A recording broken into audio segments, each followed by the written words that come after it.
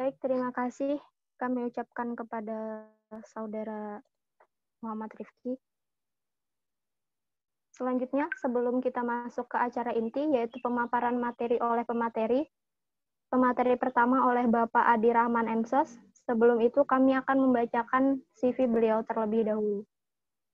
Nama Adi Rahman MSOS, dosen Prodi Pembangunan Sosial Fakultas Ilmu Sosial dan Politik Universitas Mula Warman. Pendidikan, menyelesaikan studi S1 Sosiologi di Fakultas Ilmu Sosial dan Politik Universitas Mula Warman. Menyelesaikan studi S2 Magister Sosiologi di Universitas 11 Maret Solo, Jawa Tengah. Organisasi Tani Muda Santan, Kalimantan Timur. Baik,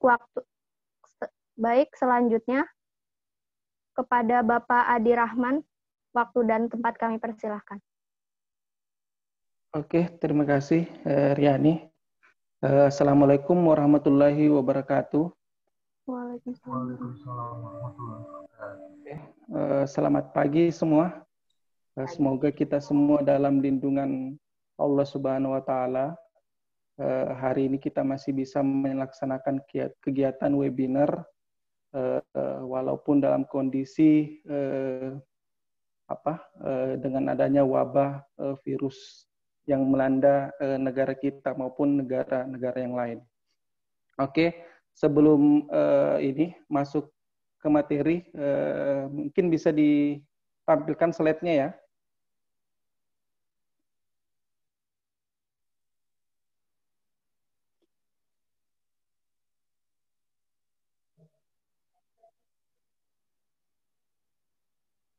Oke. Sebelumnya saya akan menjelaskan sedikit mengenai Tani Muda Santan. Nah, Tani Muda Santan, mungkin di sini ada beberapa mahasiswa saya sudah mengetahui apa itu Tani Muda Santan. Nah, Tani Muda Santan ini merupakan suatu komunitas yang lahir dari anak-anak muda yang sudah menyelesaikan studi di salah satunya di Universitas Mula Warman dan di daerah-daerah lain. Mereka pulang ke kampung masing-masing, pulang ke kampung Desa Santan. Mereka membentuk satu komunitas untuk semacam untuk membangun desa.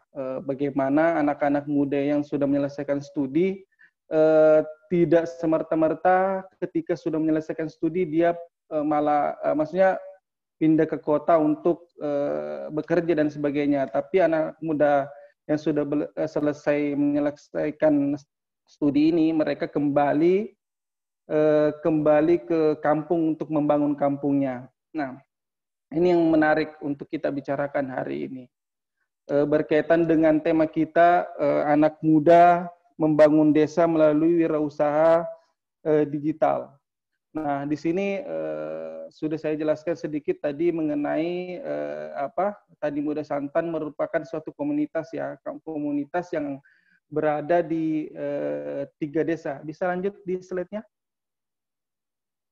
Berada di 3 desa, secara administrasi masuk di Kecamatan Marangkayu, Kabupaten Kutai Kartanegara. 3 desa ini meliputi Desa Santan Tengah, Santan Ulu, dan Santan Ilir. Nah,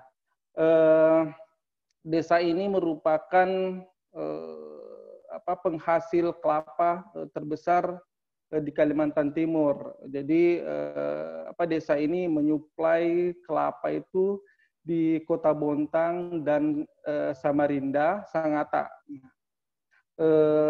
Desa ini dulunya sangat jaya dengan kelapa ya, dan sampai sekarang masih walaupun sudah nggak seberapa. Lanjut ke slide berikutnya. Oke, di sini Tani Muda Santan sendiri,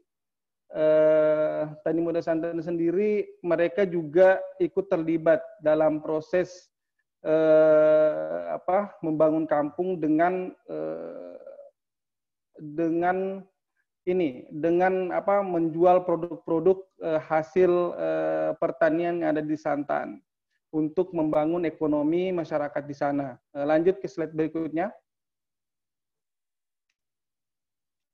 Nah, ini adalah produk Tani Muda Santan. Jadi Tani Muda Santan itu menjual produk minyak kelapa. Nah, minyak kelapa ini sebelumnya memang tidak terlalu diminati oleh masyarakat, khususnya di daerah-daerah lain. Kalau misalnya di Santan sendiri, masyarakat sudah mengkonsumsi minyak kelapa ini sendiri. Jadi mereka sebenarnya tidak membeli lagi di luar atau dari produk-produk lain, mereka hanya membuat sendiri. Nah, tapi karena minyak kelapa ini kurang diminati oleh masyarakat luas, akhirnya minyak kelapa ini harganya tidak sesuai dengan ketika misalnya masyarakat memproduksi.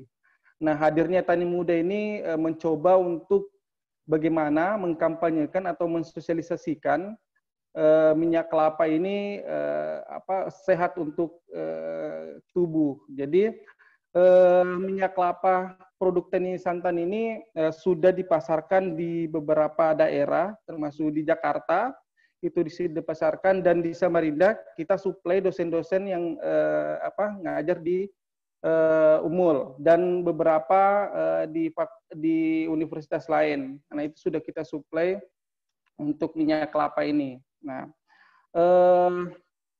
terkait minyak kelapa ini, kita juga yang pertama yang kita manfaatkan adalah media sosial untuk berjualan minyak kelapa. Jadi banyak kita bangun jaringan, membangun jejaring bersama teman-teman yang ada di Jakarta dan di beberapa daerah lain untuk menjual produk-produk Tani Muda Santan ini. Jadi minyak kelapa ini sebenarnya dibuat oleh anak-anak muda dari komunitas Tani Muda Santan dan dibuat oleh masyarakat yang ada di Desa Santan. Nah, mereka membuat dan kita membeli dari warga Santan itu sendiri, karena tidak bisa komunitas Tani Muda Santan ini karena keterbatasan SDM juga tidak bisa memproduksi banyak minyak kelapa. Jadi kita melibatkan masyarakat Desa Santan untuk membuat minyak kelapa, untuk mengangkat ekonomi masyarakat di sana ya. Untuk selanjutnya masuk slide berikutnya. Oke. Nah, ini ada juga yang menarik dari produk Tani Muda Santan, yaitu sirup bunga telang. Nah, sirup bunga telang ini pertama kali diperkenalkan oleh teman-teman dari Jakarta, dari komunitas juga. Nah, dia memperkenalkan bunga telang ini bisa dikonsumsi. Nah, dan diekstrak menjadi sirup bunga telang. Nah, ini juga sudah dipasarkan juga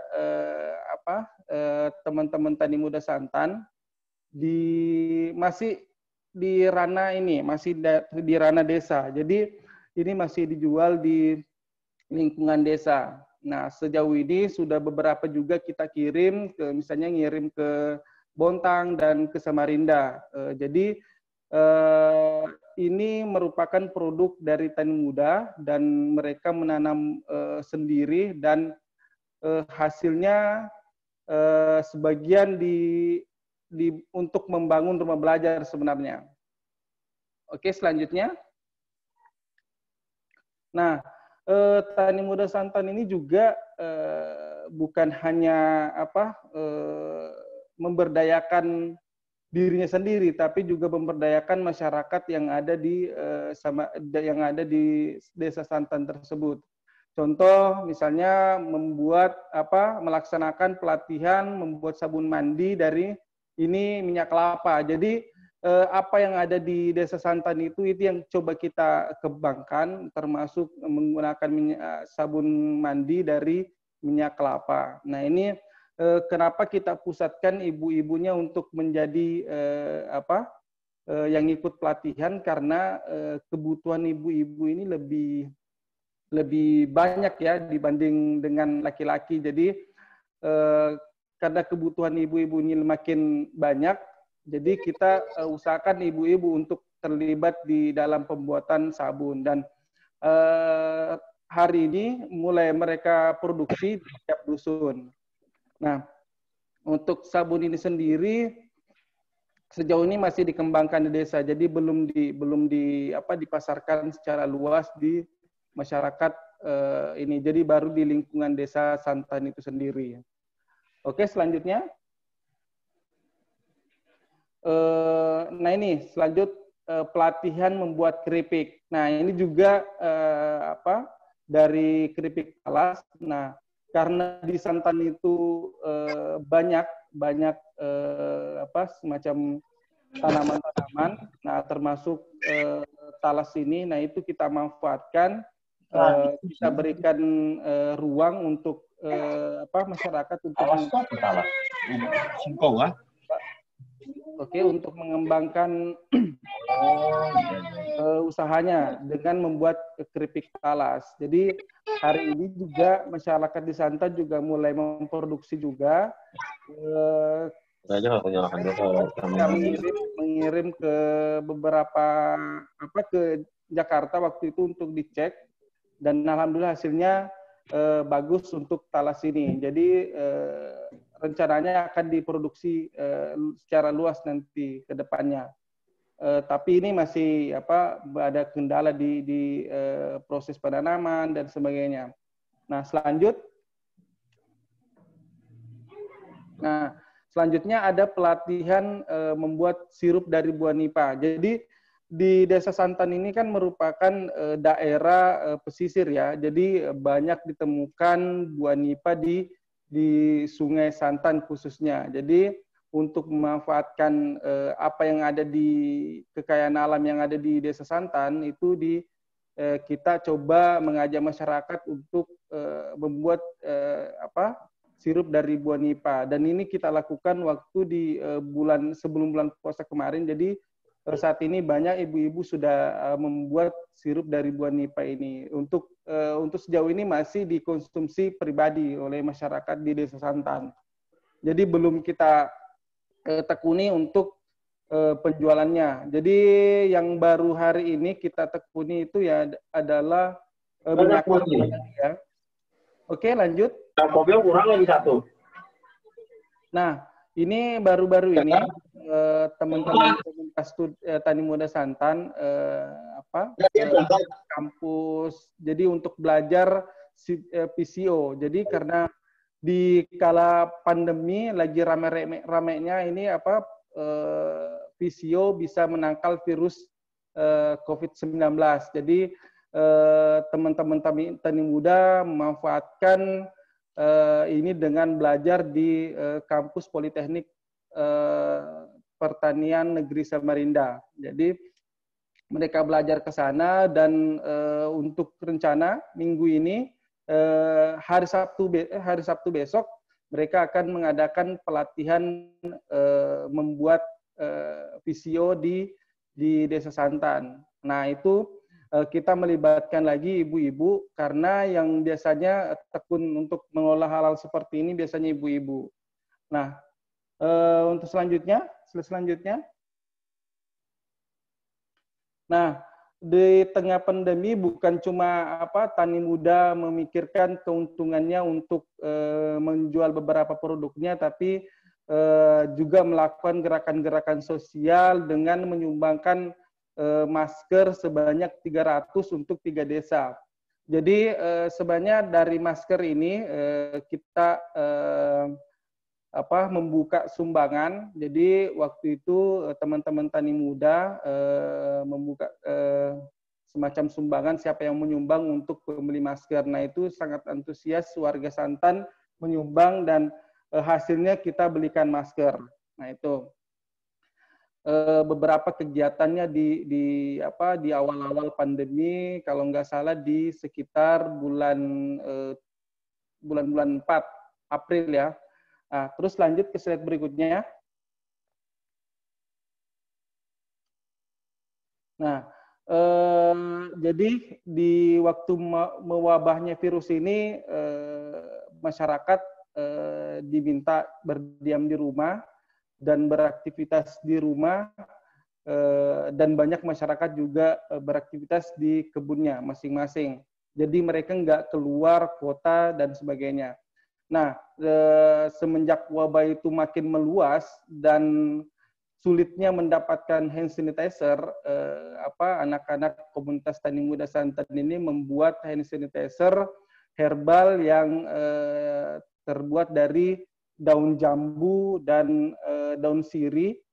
Nah, itu direbus, mereka merebusnya dan jadilah hand sanitizer dan itu dibagikan ke warga. Jadi ini sebuah kegiatan-kegiatan sosial yang dilakukan Tani Muda Santan untuk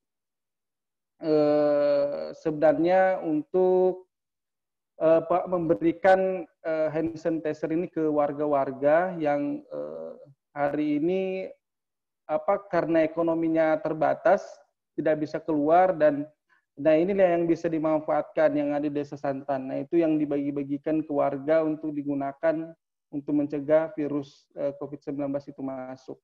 Oke, slide selanjutnya.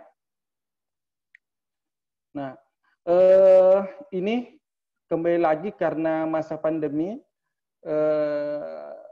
warga susah untuk mendapatkan sayur-sayuran dan sebenarnya di Desa Santan sendiri juga merupakan penghasil sayuran. Jadi komunitas Tani Muda sendiri fokus untuk menanam bibit dan bibit itu dibagikan ke masyarakat di Desa Santan. Nah, bibit ini mereka bisa tanam di rumah pekarangan rumah ibu-ibu masing-masing nih. Jadi setelah tanaman ini besar, nah itu mereka konsumsi sendiri. Ataupun kalau misalnya tanaman itu bisa lebih, nah dia bisa menjual ke tetangganya. Tapi kalau untuk tanaman ini kita mencoba untuk menawarkan ke ibu-ibu siapa yang mau mengambil tanaman cabai dan terong ini, silakan datang. Jadi ini sangat antusias sekali ya ibu-ibunya untuk datang untuk menanam. Nah itu. Oke, selanjutnya. Nah tadi jadi kita di sini Tani Muda juga segala kegiatannya itu di-post di sosial media. Salah satunya banyak dari media-media yang meliput ya kegiatan Tani Muda Santan, termasuk hasil dari panen dari Tani Muda Santan ini di kala pandemi. Saya masih ingat waktu itu teman-teman komunitas Tani Muda Santan di awal pandemi mereka menanam jagung dan banyak yang ditanam waktu itu dan hasilnya sudah mulai panen di awal bulan kemarin. Nah baru yang dipanen ini kemarin itu adalah labu. Nah ini hasil panen dari Tani Muda Santan itu dijual di lingkungan Santan sendiri karena masih terbatas ya. Jadi untuk penjualan ini belum kita kirim keluar, tapi untuk memenuhi kebutuhan masyarakat Desa Santan dulu. Nah, selanjutnya slide berikutnya. Nah, sebenarnya dari hasil penjualan minyak kelapa dan dari hasil penjualan sirup bunga telang dan sebagainya itu sebenarnya Tani Muda ingin membangun namanya rumah belajar. Jadi rumah belajar ini baru on progress ya, baru ini yang dibangun dan Tani Muda ini tidak membuat proposal, mengajukan misalnya ke pemerintah ataupun ke pihak perusahaan. Jadi pembuatan rumah belajar ini murni dari swadaya masyarakat dari Desa Santan itu sendiri. Kenapa Tani Muda Santan tidak membuat proposal ke pemerintah? Sebenarnya tujuannya untuk memberikan edukasi kepada masyarakat bahwa yang paling penting adalah bagaimana caranya agar masyarakat terlibat dan bergotong royong sebenarnya. Jadi hasil dari pembuatan rumah belajar ini juga sumbangan kayu dari masyarakat itu sendiri, karena melihat bagaimana Tani Muda Santan ini serius untuk membangun kampungnya dan membuat rumah belajar, tujuannya untuk mencerdaskan anak-anak yang ada di Desa Santan. Jadi rumah belajar nanti ini akan dibangun ini bukan hanya tempat anak-anak untuk belajar, tapi untuk orang tua dan anak-anak muda siapapun yang ingin mengembangkan kreativitasnya nanti akan belajar di sini. Dan kita Tani Muda akan memfasilitasi untuk misalnya pelatihan dan sebagainya, termasuk misalnya ingin belajar mengenai bagaimana proses bertani dengan baik, karena selama ini pertanian dianggap bahwa pertanian itu tidak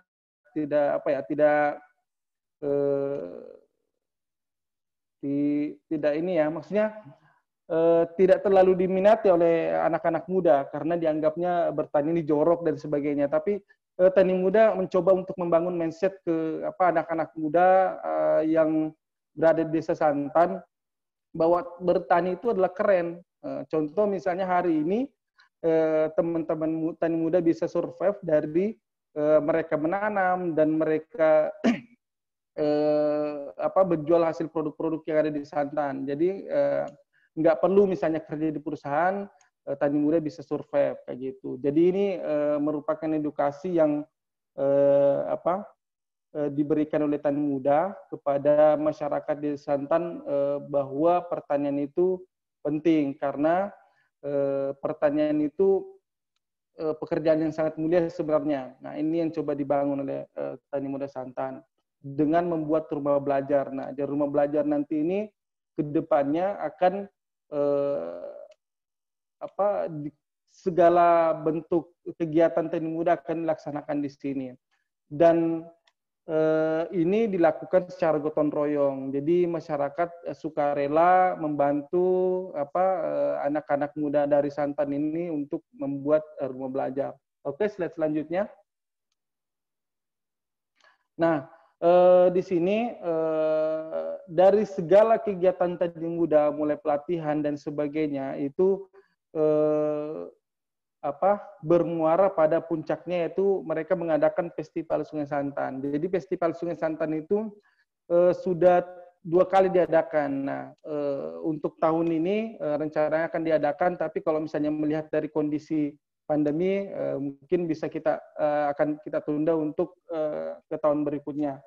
Jadi Festival Sungai Santan ini adalah muara dari kegiatan Tani Muda Santan. Nah, tujuan dari Festival Sungai Santan ini sendiri sebenarnya untuk untuk meningkatkan ekonomi masyarakat sebenarnya. Jadi di kegiatan Festival Sungai Santan ini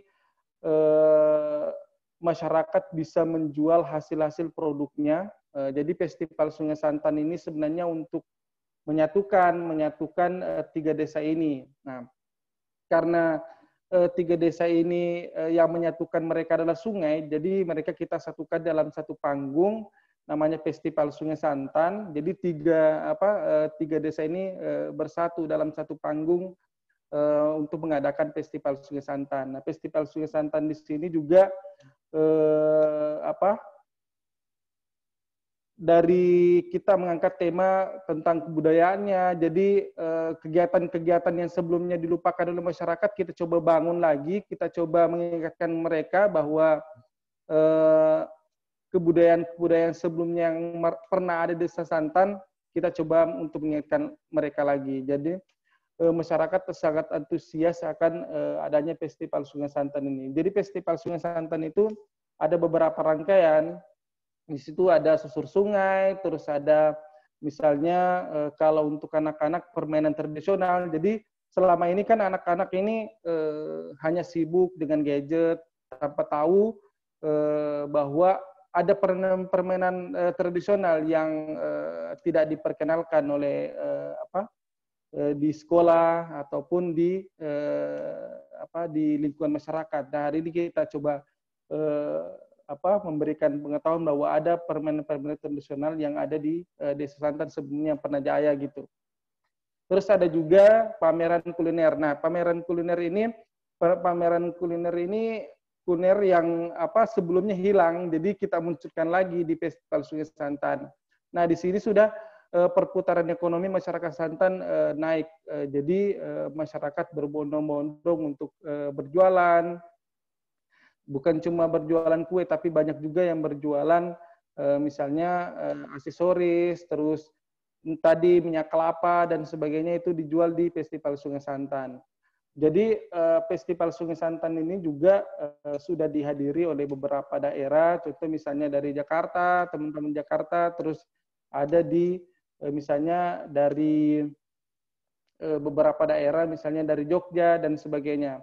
Nah, itu semua berkat teknologi ya, berkat digital ini, Tani Muda mempost beberapa kegiatannya di sosial media, termasuk di Facebook dan Instagram, mengajak untuk masyarakat untuk terlibat di Festival Sungai Santan, dan mereka berbondong-bondong untuk hadir, dan ini juga memberikan pengaruh yang besar untuk Desa Santan. Nah, bukan hanya itu, tapi ada juga festival ini misalnya tarian-tarian budaya di Desa Santan yang sebelumnya jarang kita temukan, kita tampilkan di Festival Sungai Santan.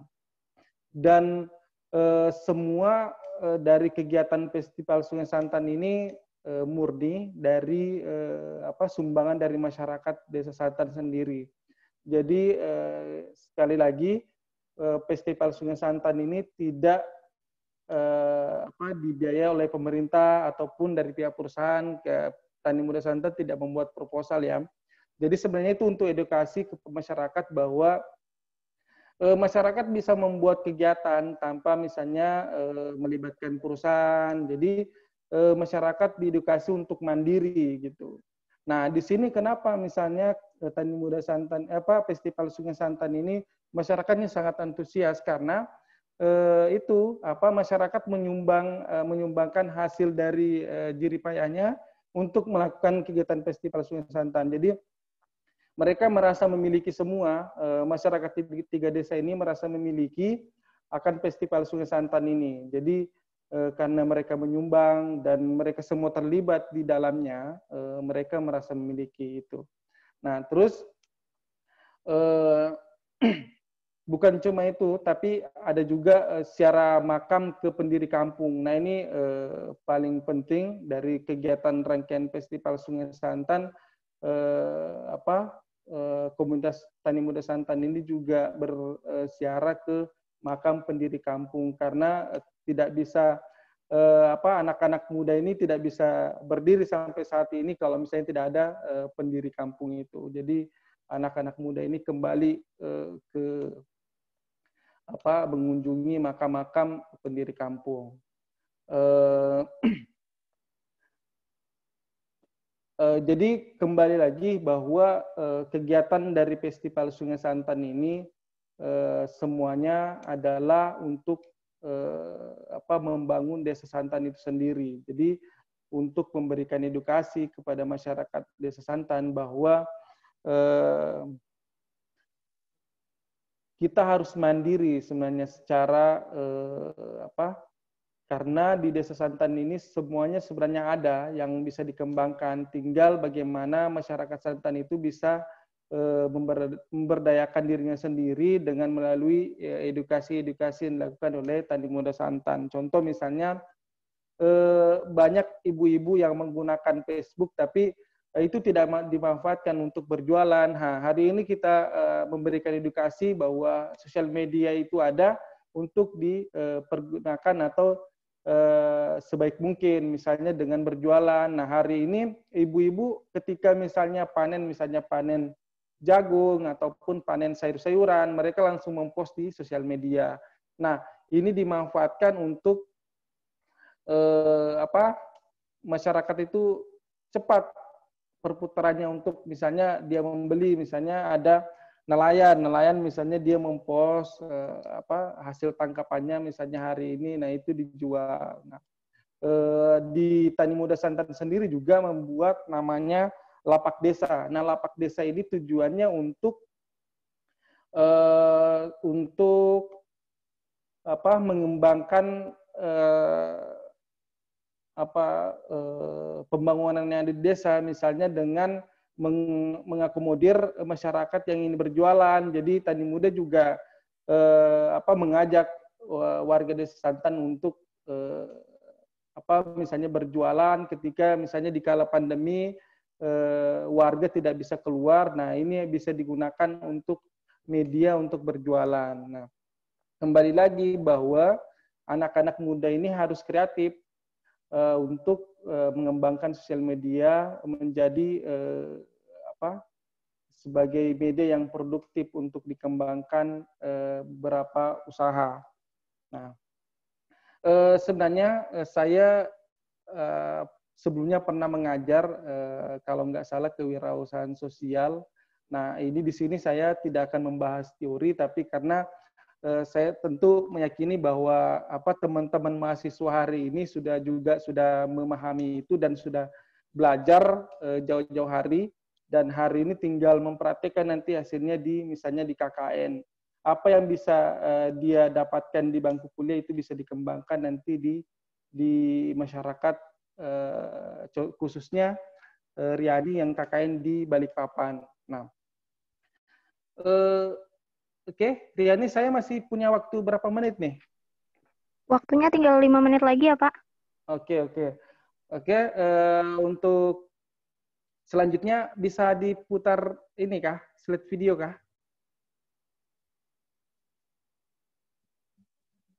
Nah, ini merupakan kegiatan Festival Sungai Santan. Jadi kegiatan Festival Sungai Santan ini juga banyak dari teman-teman media untuk meliput dari kegiatan Festival Sungai Santan.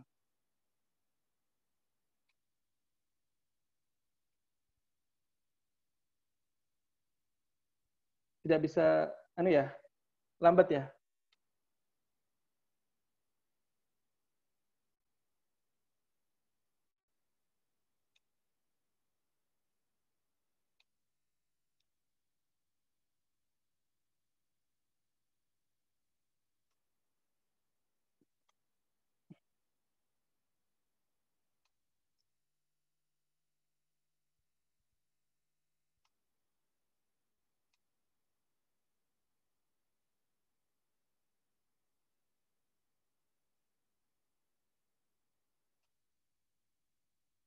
Halo? Mohon maaf, Pak. Ternyata videonya agak sedikit lambat ketika dimasukkan di slide PowerPoint. Oke, sudah nggak usah diputar ya. Baik, Pak. Oke. Jadi sebenarnya video ini merupakan kegiatan Festival Sungai Santan yang kedua. Itu diliput oleh teman-teman media dari News Nasional TV kalau nggak salah dari Jakarta. Nah, untuk kegiatan Festival Sungai Santan sendiri merupakan kegiatan yang tahunan yang dilakukan oleh Tani Muda Santan.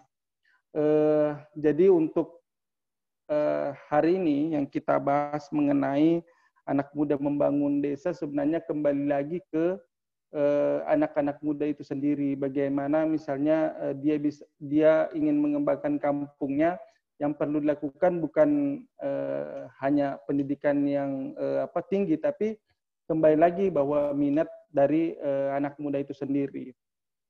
Karena yang paling penting adalah media. Ketika misalnya media itu bisa dimanfaatkan dengan baik, dengan positif oleh anak-anak muda itu sendiri, maka dia bisa melakukan apa saja di situ. Misalnya misalnya berjualan dan sebagainya. Di situ media ini bisa dimanfaatkan. Media digital ini bisa dimanfaatkan untuk berjualan. Termasuk misalnya Tani Muda Santan sendiri, kenapa misalnya sampai hari ini masih bisa survive, karena itu kembali lagi bahwa dengan kecanggihan teknologi, Tani Muda Santan segala bentuk kegiatannya itu dipublish di sosial media, dan akhirnya banyak teman-teman dari komunitas yang lain juga melihat dan akhirnya mengembangkan atau membagikan dari kegiatan Tani Muda Santan. Contoh misalnya termasuk penjualan minyak kelapa, sampai hari ini pun kita masih teman-teman tani muda santan masih kewalahan dalam hal menyediakan minyak kelapa karena banyak sekali yang pesan minyak kelapa tapi nggak bisa tercover semua. Jadi paling banyak kita survei yang paling banyak yang kita jual itu biasanya di sekitaran Samarinda karena itu tidak tidak memerlukan biaya banyak untuk melakukan penjualan. Jadi misalnya di daerah-daerah lain, contoh misalnya ada yang pesan dari Bengkulu, itu tidak bisa kita akomodir semua. Misalnya ada yang pesan teman-teman dari Sayugyo Institute dari Bogor, nah itu hari ini nggak bisa dikirim karena kembali lagi pengirimannya masih tersendat kayak gitu. Dan produksi minyak kelapa pun belum terlalu masif sekali yang kita lakukan. Jadi masih beberapa warga yang hari ini kita beli minyaknya. Nah itu masih kita kembangkan terus untuk minyak kelapa ini karena kembali lagi di santan itu hari ini kelapanya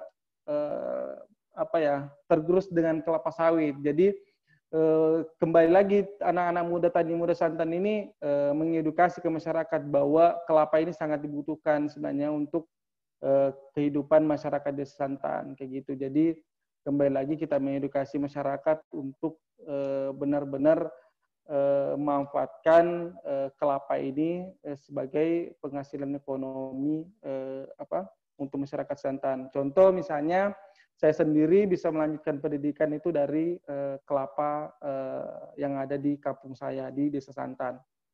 Oke, itu saja yang sempat saya sampaikan. Mohon maaf apabila ada kesalahan dalam mengucapkan. Terus nanti kita bisa ada sesi diskusi ya? Ya, ada Pak. Oke, nanti kita bisa lanjutkan di sesi diskusi berikutnya. Oke, kembali saya serahkan ke moderator. Ya, baik. Terima kasih kepada Bapak Adi Rahman Ensos atas pemaparan materi yang sangat luar biasa. Oke, mengingatkan kembali untuk teman-teman yang hadir, yang ingin bertanya silahkan tulis pertanyaan di Zoom chat dengan format nama, instansi, serta pertanyaan. Selanjutnya kita masuk ke pemateri kedua, yaitu Ibu Windy Karina Farmawati, SPSI, sebagai Headmaster Mini University Kaltimpreneurs, serta mentor BRM atau Business Roadmap. Sebelumnya kami akan membacakan CV dari Ibu Windy terlebih dahulu. Nama lengkap, Windy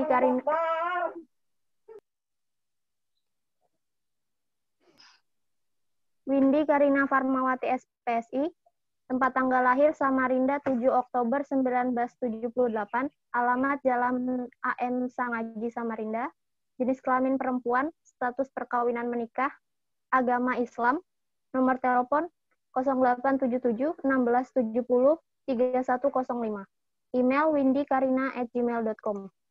Pendidikan formal, S1 Muhammadiyah 1 Samarinda, SMP Muhammadiyah 1 Samarinda, SMA Muhammadiyah 3 Surabaya, Fakultas Psikologi Universitas Surabaya, Ubaya, S2 Ekonomi Syariah IAIN Samarinda, yang sedang menjalankan studi.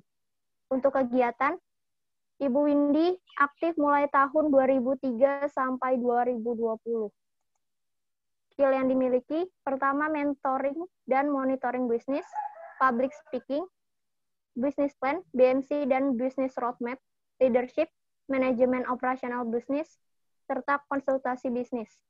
Pelatihan yang pernah diikuti, training for mentor business rep certificate 2019, public speaking 2018, manajemen operasional, standard operational procedure 2017, BI Mini University Kaltimpreneurs 2017, One Years Coaching 2, Coach Ridwan Abadi 2017, BMC dan Business Plan 2018, Business Roadmap 1.0 dan 3.0 sampai 4.0, 7.0, 2017-2020, Certified Coaching, Mentoring dan Training, Denny Ang 2018, Certified Salon and Spa 2019, serta sertifikasi mentor dan coach mini University Teampreneurs 2020, dan Business Roadmap Re-Engineering Shifting 2020. Kepada Ibu Windy Karina Farmawati SPSI, waktu dan tempat kami persilakan. Baik, terima kasih Mbak Riani. Terima kasih juga untuk Fakultas Ilmu Sosial dan Politik Unmul. Terima kasih juga untuk kelompok KKN, KLB, Kelurahan Telaga Sari dan Baru Ilir Balikpapan ya. Salam kenal juga untuk Pak Adi Rahman, luar biasa sekali tadi materinya, baru tahu juga ternyata ada namanya Desa Santan ya. Dan itu sebenarnya masuk kategori desa kreatif sebenarnya. Nah, di sini kebetulan saya dimintain berbagi sharing bagaimana sih anak muda membangun desa melalui wirausaha digital. Baik, kayaknya slide-nya kita mulai aja ya, karena tadi kita sudah perkenalan Mbak Riani. Boleh masuk ke slide berikutnya. Lanjut aja sampai anak muda membangun desa, nanti ketemu lagi judulnya. Oke, itu adalah kegiatan-kegiatan saya. Baik, oke. Slide berikutnya Mbak Riani, boleh? Oke, nah sebelumnya yang perlu kita pelajarin, yang perlu kita ketahui dulu adalah apa sih sebenarnya wirausaha digital. Nah, wirausaha digital itu sebenarnya kata lainnya adalah technopreneur, di mana sebenarnya bagaimana upaya pemanfaatan teknologi informasi dan bisnis. Jadi itu kemudian disatukan. Makanya akhirnya wirausaha digital pada saat ini itu booming banget. Nah, itu berkaitan dengan startup sebenarnya untuk pebisnis muda. Oke, lanjut. Berikutnya. Nah, memang nama bekennya adalah technopreneur. Nah, sebelumnya yang harus kita pahami dulu adalah, nah pada saat ini kita kan mengalami wabah corona, COVID-19, di mana akhirnya pertumbuhan ekonomi menurun. Tidak hanya di Samarinda, tidak hanya di Indonesia, tapi di seluruh dunia itu semua mengalaminya. Oke, baik, lanjut slide-nya. Nah, data menunjukkan 10% sampai 80%, bahkan hingga 100%, bisnis semua mengalami penurunan. Banyak usaha tutup, banyak juga pemutusan tenaga kerja. Tapi apakah kemudian kita harus berdiam diri setelah itu? Baik, lanjut. Nah, yang bisa kita lakukan adalah kita harus survive, di mana kita harus bisa mencari peluang-peluang yang ada. Nah, kalau teman-teman dari Fakultas Ilmu Sosial dan Politik ini mungkin pernah dapat cerita dari dosennya ya, karena kan ini anak-anak muda ya. Nah, mungkin pernah dapat cerita pada tahun 1998 itu sebenarnya kita sudah mengalami namanya krisis moneter. Tapi di kondisi pada tahun 1998 itu, di mana UMKM itu sebenarnya masih mampu menopang sendi perekonomian bangsa. Jadi ketika krisis itu UMKM yang naik gitu loh. Itu di tahun 1998. Tapi kemudian di saat pandemi ini justru UMKM ini akhirnya menjadi sektor yang justru mendapatkan pukulan yang paling berat. Jadi mereka mungkin kaget ya adanya COVID, tiba-tiba kemudian mereka belum siap, belum mengadakan persiapan apa yang harus dilakukan ke depannya ketika ada pandemi seperti ini. Nah, sehingga yang terjadi adalah pendapatan mereka anjlok, banyak yang akhirnya usaha gulung tikar, kemudian banyak juga pemutusan hubungan kerja. Barusan saya dapat kabar 2 hari yang lalu, itu di Palaran, itu ada lagi perusahaan yang baru tutup, dan hampir 80% ada lagi yang mengalami PHK. Nah, itu bahaya banget gitu loh. Nah, kesempatan teman-teman sebenarnya, di mana sekarang ini adalah masuk dengan wirausaha digital. Oke, lanjut, next berikutnya. Oke, nah yang perlu kita pahami di sini adalah di dunia ini ada namanya hukum kestabilan atau hukum keseimbangan. Ketika ada yang naik, itu pasti ada yang turun. Nah, ketika ada yang turun, itu pasti juga ada yang naik. Maka biasanya banyak orang miskin baru, tapi banyak juga akhirnya orang kaya baru. Balik lagi kita di tahun 1998. Nah, di tahun 1998 itu ketika kita mengalami krisis moneter, kita mengalami masa krisis, itu sebenarnya tidak semua yang mengalami penurunan. Contoh, seperti di Kalimantan, ketika kita mengalami masa krisis, mungkin di daerah Jawa, di Jakarta, itu mereka mengalami banget dampak dari penurunan atau dari efek dari krisis. Tapi kemudian di Kalimantan kita tidak merasakan sama sekali imbas dari krisis itu. Kenapa? Karena kita masih punya sektor tambang, kita masih punya sektor kelapa sawit terutama. Kemudian ada hasil-hasil pertanian, di mana yang kemudian ketika dolar naik, maka harga jualnya juga naik, kemudian ekspornya juga kencang. Sama halnya dengan di Sumatera. Nah, di Sumatera itu juga banyak orang kaya baru di sana. Kenapa? Karena mereka punya sektor kopi.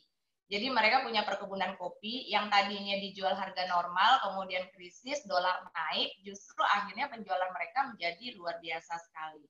Nah, makanya akhirnya banyak orang kaya baru. Nah, sama sebenarnya. Di masa pandemi, memang dampak UMKM itu kerasa banget. Tapi sebenarnya masih banyak peluang-peluang yang harus kita cari, yang banyak peluang yang harusnya kita bisa manfaatkan. Oke, lanjut slide berikutnya. Nah, adanya pandemi ini, efeknya akhirnya adalah terjadi shifting besar-besaran dari offline menuju online. Secara psikologi, customer itu berubah. Secara behavior, customer itu juga berubah. Secara psikologi, orang menjadi takut. Duh, ada COVID nih, ya kan? Akhirnya mereka khawatir, mereka menjaga jarak, mereka akhirnya takut-takut gitu loh dengan adanya COVID ini. Nah, kemudian secara perilaku, akhirnya cara yang tadinya mereka biasa dine-in, makan di tempat misalnya, atau mungkin transaksi langsung ke tokonya, ketemu dengan penjualnya, bisa memegang-megang barangnya, bisa milih-milih langsung di tempat, itu secara behavior akhirnya juga ikut berubah. Kenapa? Karena akhirnya mereka khawatir untuk datang ke tokonya. Yang dilakukan akhirnya mereka banyak di rumah, akhirnya online mereka lebih banyak menggunakan gadget. Nah, akhirnya mereka belanja online kayak gitu. Nah, itu secara psikologi sama behavior itu sangat berubah sekali. Tapi ingat, sebenarnya pasar tidak hilang. Jadi ketika misalnya teman-teman UMKM itu kemudian mengalami penurunan penjualan, itu sebenarnya bukan pasarnya hilang. Jadi customer itu sebenarnya tidak hilang. Customer itu masih ada, pasarnya masih ada. Cuma secara psikologi dan behaviornya yang berubah. Nah, di sini PR-nya adalah bagaimana kita memanfaatkan digital itu. Oke, slide berikutnya. Oke, sebelumnya yang harus kita pahami adalah kita saat ini mengalami 3 fase, melalui pada new normal. Pertama adalah fase survival, di mana akhirnya kita dituntut untuk bisa mencari peluang agar kita bisa bertahan di masa krisis ini. Nah, kemudian fase berikutnya kita akan masuk di fase recovery. Jadi bagaimana ketika kemudian teman-teman UMKM udah mulai bangkit, kemudian wirausaha muda juga udah mulai bertumbuh, ya kan? Nah, kata kuncinya adalah kita harus fokus pada belanja produk UMKM, gitu. Karena kalau dengan kita belanja produk UMKM, mau tidak mau akhirnya kita juga bisa membantu perputaran roda ekonomi yang ada di Indonesia. Nah, kemudian fase berikutnya, mau tidak mau, kita akan dipaksakan untuk berada di fase ini, yaitu fase digitalisasi.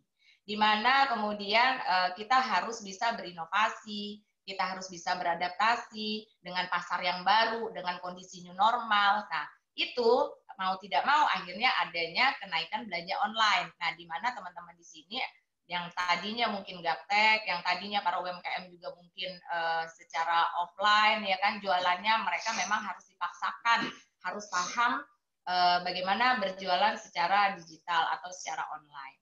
Oke, lanjut. Oke, nah yang wajib diketahui di tengah pandemi ini, sebenarnya yang bisa kita tingkatkan adalah kita bisa melakukan ekonomi kreatif dan go digital. Karena hanya itu solusi satu-satunya. Nah, ekonomi kreatif yaitu tadi bagaimana anak muda kembali ke desa, membangun desanya. Nah, kemudian bagaimana memasarkannya secara digital. Oke, slide berikutnya. Nah, kemudian yang perlu kita pahamin, apa sih platform digital itu? Jadi platform digital itu sebenarnya adalah merupakan ruang digital yang menyediakan peluang usaha, saling berhubungan baik antara pebisnis maupun pelanggan. Jadi mereka ini yang menyatukan nanti antara kita pebisnis atau misalnya teman-teman ya kan yang sedang membangun desanya dengan kemudian menyatukan nih loh kami punya produk gitu loh. Jadi menginformasikan ke calon-calon pelanggan di luar sana, yaitu dengan cara platform digital. Oke. Selanjutnya, nah, usaha digital itu adalah penjualan produk atau jasa melalui jejaring elektronik. Nah, ini yang harus teman-teman, terutama untuk teman-teman yang muda sekarang ya kan, teman-teman milenial sekarang, itu kita sudah harus masuk ke usaha digital gitu loh. Karena kalau kita di masa pandemi ini juga kita hanya bermain secara offline, itu nggak akan nyampe. Nah, sama dengan seperti Desa Santan, sudah menggunakan media-media sosial atau online-nya untuk memasarkan produknya. Oke, lanjut. Oke, kemudian 3 tahap pengembangan usaha digital. Nah, yang harus teman-teman lakukan adalah pertama, teman-teman harus melakukan tahap pengembangan ide. Jadi teman-teman harus menemukan ide kreatif apa yang kira-kira menjadi peluang untuk bisa dijadikan bisnis. Nah, kemudian yang kedua, teman-teman harus bisa melakukan pengembangan usaha itu sendiri. Kemudian yang ketiga, bagaimana kita melakukan manajemen usaha. Nah, ini adalah pengembangan usaha digital. Itu kita akan masuk di 3 tahap ini. Oke, next. Oke, nah yang harus kita lakukan akhirnya adalah coba deh teman-teman teman-teman mahasiswa yang ada, coba back to nature deh, ya kan? Kita menggali lagi potensi ekonomi pedesaan. Karena apa? Kalau teman-teman memaksakan diri memaksakan untuk bekerja di kota, ya kan? Sedangkan di kota sendiri banyak perusahaan-perusahaan yang akhirnya tutup, banyak yang mengalami pemutusan tenaga kerja. Nah, satu-satunya yang potensi yang kedepannya bakal naik adalah kita balik lagi nih, apa sih potensi ekonomi pedesaan yang bisa kita angkat? Nah, untuk itu, maka dibutuhkan peran kaum muda milenial yang kreatif dan berpikiran maju. Oke, lanjut. Oke, kemudian alasan kuat membangun desa. Pertama, kita memiliki keindahan alam. Kemudian lingkungan yang hijau, udara yang segar, makanan yang alami, penduduk yang ramah. Kemudian kultur budaya yang keren banget. Nah, peluang potensi SDM dan SDA di pedesaan ini, itu di masa pandemi, itu bakal naik, bakal jadi sesuatu yang bisa jadi peluang bisnis. Oke, lanjut. Oke, kaum milenial yang kreatif dan berpikiran maju. Tadi dibutuhkan kaum milenial yang kreatif dan berpikiran maju. Kenapa? Karena kaum muda milenial memiliki predikat sebagai agent of change. Jadi predikat sebagai penerus generasi, sebagai bibit perubahan yang bisa membawa perubahan untuk menjadi lebih baik. Nah, di mana akhirnya karena sudah berpikiran maju, mereka sudah tidak berpikiran lagi seperti dulu, yang memandang desa itu dulu adalah tempat yang terpencil, kemudian miskin, kemudian terbatas peluang kerja. Nah, karena berpikiran maju, akhirnya kita sudah tidak menganggap desa itu seperti itu lagi. Oke, lanjut. Oke, nah yang diuntungkan adalah perkembangan teknologi komunikasi, terutama jaringan internet, itu sudah mulai masuk ke desa-desa. Karena bantuan pemerintah juga punya target, ya kan, bagaimana jaringan internet bisa masuk ke desa-desa. Kenapa? Untuk menyatukan nih, jadi apa yang bisa diberdayakan di desa, kemudian produk-produk itu bisa kemudian dipasarkan keluar. Nah, ini sebenarnya menjanjikan sekali banyaknya peluang usaha yang ada di desa gitu. Oke, lanjut. Oke, potensi-potensi alam, sumber daya alam atau sumber ekonomi yang ada di pedesaan. Pertama adalah, coba deh teman-teman lihat, coba menjual produk UMKM dari desa secara online yang bisa dijangkau semua orang. Nah, itu kan kita bisa melihat tuh, memang masing-masing desa itu punya potensi yang berbeda-beda. Tinggal teman-teman jeli, tinggal teman-teman cari peluang, kira-kira apa sih yang bisa ditingkatkan. Nah, contohnya seperti di Desa Santan tadi, ada produk sabun, ya kan? Nah, itu sebenarnya kalau untuk teman-teman yang masih muda ini, teman-teman mahasiswa, coba deh bagaimana kemudian memasarkan produk sabun tersebut. Atau misalnya ibu-ibu yang ada di desa itu, dibikin misalnya kampung kreatif, di mana kemudian menciptakan misalnya tahu keripik, ya kan, keripik tahu, kemudian misalnya keripik tempe kayak gitu, atau misalnya apa yang teman-teman tinggal mensurvei dan melakukan analisa kira-kira produk UMKM apa nih yang bisa dibangun dari desa tersebut. Nah, kemudian itu di packaging yang cantik kayak gitu kan, kemudian tinggal teman-teman memasarkannya keluar dengan media online. Nah, kemudian yang kedua, oke lanjut. Oke, yang kedua, teman-teman bisa naikkan namanya desa wisata. Karena desa wisata ini bakal booming banget. Mungkin pada saat ini kita mengalami pandemi. Tapi di beberapa tempat itu sudah mulai ada tempat-tempat wisata yang sudah buka. Nah, teman-teman tinggal bagaimana melihat kira-kira potensi dari desa ini ada nggak yang bisa jadikan desa wisata. Sebenarnya gampang banget, kayak misalnya sebuah kampung yang atapnya dicat warna-warni, itu aja udah bisa jadi desa wisata. Kemudian dibikin kayak kalau kita punya view, sebenarnya kita punya view bagus kan ya. Nah, kita bikin sudut-sudut yang bisa dijadikan Instagramable. Nah, itu masih dicari, terutama untuk Kalimantan. Mereka mencari tempat-tempat yang seperti itu. Tapi tetap akhirnya kita harus memperhatikan protokol kesehatan 3M, wajib menggunakan masker, kemudian mencuci tangan, menjaga jarak. Dengan 3M itu aja sebenarnya kita sudah bisa lagi gitu loh untuk buka desa wisata. Karena Indonesia ini sebenarnya pemerintah itu akan menaikkan pariwisatanya. Nah, makanya kemarin itu kita perbaikan infrastruktur, tapi kemudian tidak disangka datanglah si COVID ini. Tapi jangan berkecil hati. Mulai dari sekarang sebenarnya kita bisa nih bergotong royong dengan masyarakat desanya. Yuk, kedepannya kayaknya kita bikin deh planning bisnis desa wisata apa yang bisa kita angkat. Nah, itu. Kemudian yang nomor 3, next. Yang bisa kita angkat juga adalah usaha pertanian produk organik. Nah, kebanyakan hasil-hasil pertanian yang kemarin-kemarin itu kan diolah sama pabrik, kemudian banyak bahan-bahan kimianya. Nah, sekarang orang itu sudah sadar dengan kesehatan. Sekarang orang itu mencari produk-produk dari hasil pertanian yang organik. Nah, kedepannya dari hasil survei itu yang akan naik itu penjualan di produk-produk pertanian. Jadi coba deh teman-teman balik lagi kita ke desa, coba kalau bisa nanti misalnya untuk dari pertaniannya bagaimana sih menghasilkan produk beras lokal yang pulen. Nah, kalau di Muara Kaman itu kebetulan sudah ada dari binaan dari Mini University itu.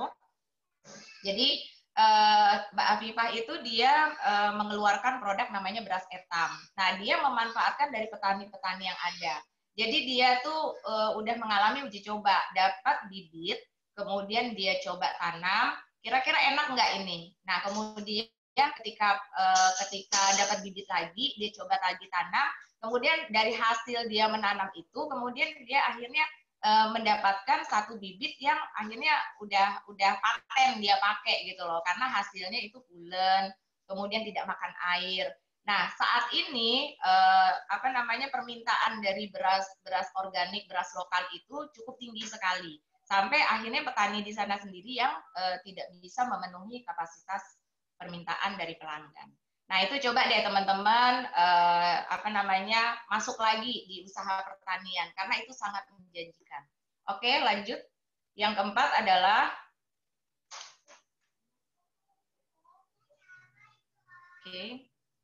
Oke, usaha peternakan ayam kampung, kambing, atau sapi. Nah, coba deh, kalau di desa itu kan masih banyak ya lahan-lahan yang luas. Jadi cocok banget misalnya mau membuka peternakan ayam kampung, kemudian untuk kandang kambing atau sapi.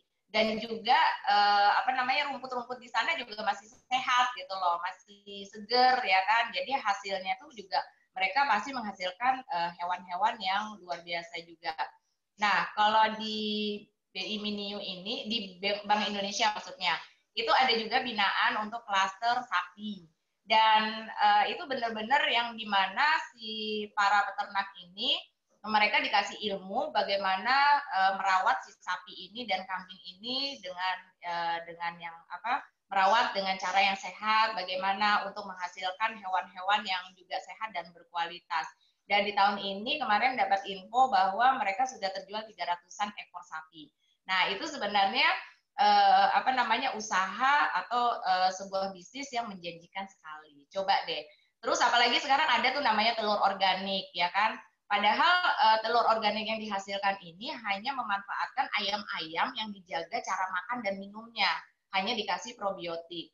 Nah, itu ternyata sangat mudah gitu loh. Nah, kenapa nggak teman-teman yang masih muda ini, ayo gandeng masyarakat di desa itu, kemudian menghasilkan ayam dan telur organik.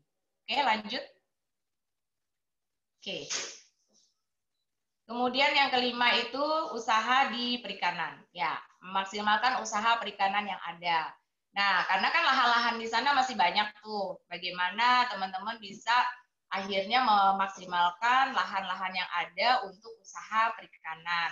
Nah, terus untuk bagaimana kemudian memperkenalkannya ke dunia, memperkenalkannya. Nah, itu kan teman-teman bisa tuh dari tadi hasil pertanian, kemudian peternakan, kemudian perikanan. Nah, coba teman-teman itu buka channel di YouTube. Jadi bagaimana kemudian teman-teman membuat sebuah video, ya kan? Bagaimana sih cara beternak? Bagaimana sih caranya ketika awal mula kita mau membuka usaha perikanan, misalnya dari kolamnya dulu, kolam yang bagaimana, ya kan? Kemudian ikannya yang bagaimana dan sebagainya. Nah, itu akhirnya kita bisa memanfaatkan platform digital yang ada. Oke, kemudian yang keenam, selanjutnya, nah coba deh dibantu juga, kita kumpulkan anak-anak muda yang ada di desa dengan memberikan keterampilan, tidak hanya berbasis digital sebenarnya, jadi kita lakukan pelatihan-pelatihan yang bisa meningkatkan kapasitas mereka. Nah, akhirnya di mana kemudian anak muda ini membantu juga masyarakat yang di sana, dibuka juga pelatihan-pelatihan. Jadi misalnya bisa diberdayakan, ya kan, mungkin dari menjahitnya, kemudian atau membuat sebuah produk yang kreatif. Nah, itu teman-teman harus harus jeli di situ karena ini menjadi potensi juga. Nah, kalau yang keterampilan berbasis digital itu teman-teman bisa sekarang itu kan ada tuh jasa pengelolaan akun media sosial. Kemudian ada jasa bagaimana sih mempercantik Instagram, optimasi Facebook dan sebagainya. Terus jasa pembuatan website. Nah, kenapa nggak teman-teman belajar itu? Dan itu kan tidak harus teman-teman datang ke kantornya, tidak harus datang ke tempat usaha. Itu hanya dari jarak jauh aja udah bisa kayak gitu. Nah, itu sebenarnya bisnis yang sangat menarik sekali. Oke, lanjut. Yang ketujuh, yang terakhir, tuh, sampai 6 berarti. Oke. Kemudian, akhirnya kita bisa mendapatkan peluang usaha yang akhirnya di mana kita bisa memanfaatkan potensi di desa. Nah, potensi desa itu beda-beda ya. Jadi teman-teman harus jeli, harus survei dulu, kemudian melakukan analisa, baru kemudian pembentukan. Nah, setelah kita dapatkan potensi desa apa yang mau dinaikkan, lalu kemudian teman-teman jangan lupa untuk memanfaatkan media sosial yang berbasis digital. Di mana tadi strategi pemasaran yang dulunya kita pakai offline, pada saat ini kita sudah nggak bisa lagi melakukan offline, apalagi di masa pandemi. Jadi kita harus shifting, kita harus sama-sama bagaimana kita bisa melakukan strategi pemasaran online. Oke, lanjut. Oke. Pemanfaatan platform digital itu akhirnya akan membuat ke depannya harga kita menjadi stabil. Nah, kenapa harga menjadi stabil? Karena ini, kita bisa memperpendek jarak antara produsen dan konsumen tanpa harus melalui mata rantai dari distribusi yang panjang. Nah, selama ini petani-petani lokal itu sering banget kan kalau misalnya mau memasarkan atau masa panen, akhirnya calo-calo yang masuk. Kemudian pihak ketiga yang masuk dan mereka dibeli sangat dengan harga yang sangat rendah sekali. Nah, kenapa enggak teman-teman di sini coba deh bantuin nih petani-petani lokal, bikin platformnya atau bikin kayak toko online-nya deh gitu loh. Bagaimana membantu memasarkan produk-produk dari si petani ini langsung untuk bisa mencapai ke produsennya atau si pembelinya. Bisa juga misalnya dari pasar itu kan juga gitu, banyak caloknya ya kan.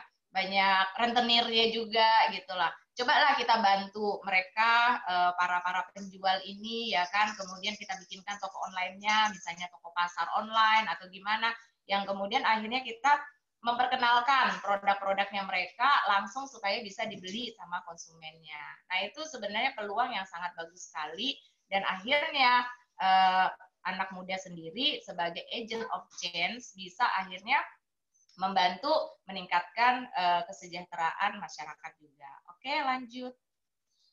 Oke, nah ini kesimpulan terakhirnya, pada akhirnya anak muda yang membangun kewirausahaan digital dipercaya akan banyak mendorong UMKM berdasarkan Go Digital. Nah, manfaatnya akhirnya kita dapat menarik banyak aktivitas ekonomi yang pada akhirnya berpotensi meningkatkan kualitas hidup masyarakat. Nah, coba deh teman-teman jangan terfokus pengen cari kerja, pengen kerja sama orang lain. Coba deh kita buka mindset kita, ya kan? Kita buka usaha. Kita menjadilah kalian wirausaha muda yang berbasis digital. Sebenarnya ketika kita membangun bisnis, itu sebenarnya uangnya udah ada. Nah, kesalahan teman-teman anak muda yang sekarang ini adalah kalau misalnya mau bangun bisnis, itu suka nunggu modal. Nah, suka begitu. Jadi kadang-kadang gini, Bu, saya nanti buka bisnis kalau modalnya udah ada. Terus kendalanya apa kira-kira kok bisnisnya nggak jalan-jalan? Bu, modalnya belum ada. Nah, selalu pikiran seperti itu. Padahal kalau ketika misalnya kita bangun bisnis, itu sebenarnya uangnya tuh udah ada. Nah, ketika untuk startup, itu sebenarnya kata kuncinya adalah bukan modal, tapi bersinergi, berkolaborasi. Teman-teman bisa kok cari orang-orang yang sudah punya produk yang bisa langsung dipasarkan. Nah, kemudian teman-teman datang ke mereka, bisa nggak kami bantu untuk masarin produknya. Nah, itu aja kita udah buka usaha, itu udah bangun bisnis sebenarnya. Nah, jadi tinggal bagaimana kita mencari kolaborasi atau yang bisa diajak bersinergi. Jadi kita cari produk, yang punya produk, kita datangin, kemudian kita bantu jualkan. Sama, teman-teman di sini coba kembali lagi ke desa, kemudian apa yang bisa diberdayakan dari potensi sumber daya alamnya, sumber daya manusianya. Kemudian teman-teman bikin sebuah platform digital atau sebuah media online-nya untuk memasarkan produknya. Itu keren banget kalau misalnya teman-teman sampai bisa melakukan hal itu. Karena itu tadi, ketika kita bangun bisnis, sebenarnya uangnya udah ada. Uangnya ada di mana? Uangnya ada di pasar kita. Uangnya ada di calon pelanggan kita. PR kita adalah bagaimana memindahkan uang yang ada di kantong mereka untuk masuk ke dalam kantong kita. Nah, sebenarnya bisnis itu simple seperti itu aja. Yang penting kita udah punya pasar, kemudian kita ciptakan produk, kita cari masalah yang ada itu apa, kita datang memberikan solusi dengan produk yang kita tawarkan. Nah, baik, itu aja mungkin dari saya, mungkin lebih banyak ke sharing kayaknya ya. Saya buka nanti mungkin ada sesi tanya jawab. Silahkan Mbak Riani, saya kembalikan lagi. Baik Ibu, kami ucapkan terima kasih kepada Ibu Windy Karina Farmawati SPSI atas pemaparan materi yang sangat luar biasa. Selanjutnya kami ingatkan lagi kepada teman-teman peserta webinar yang ingin bertanya, silahkan tulis pertanyaan di Zoom chat dengan format nama, instansi, peserta pertanyaan.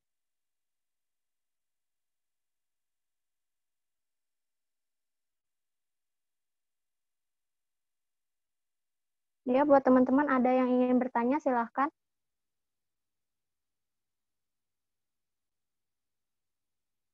Mungkin saya awali dulu ya, Bapak, Ibu. Untuk bertanya, saya ingin bertanya, perkenalkan saya Riani dari Fakultas Ilmu Sosial dan Politik Universitas Mula Warman.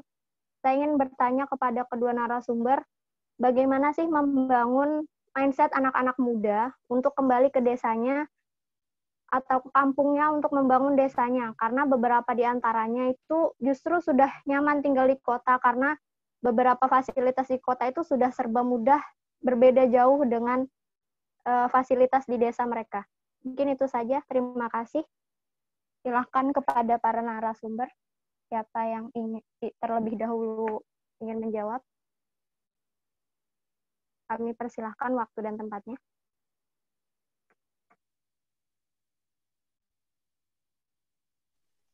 Gimana Mbak Riani, boleh diulang lagi?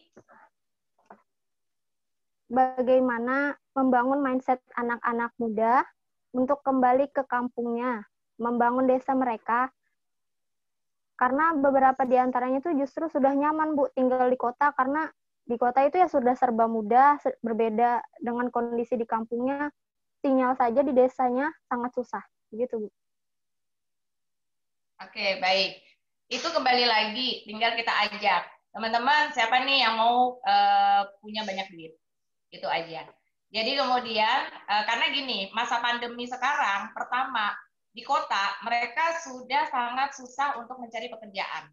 Kayak kemarin aja, kebetulan kami ada mengelola kafe produktivitas di di Samarinda. Nah, itu ketika kita buka lowongan aja, kami tuh butuh hanya 5 orang. Yang daftar itu 200 orang. Dari 200 orang kami screening, administrasi tinggal 100 orang. Dari 100 kemudian kita interview, akhirnya menjadi 50 orang. Dari 50, kemudian akhirnya kita seleksi lagi yang benar-benar mau, itu akhirnya kita pilih mau tidak mau, kita jadikan 12 orang dan kita lakukan pelatihan waktu itu. Training di awal.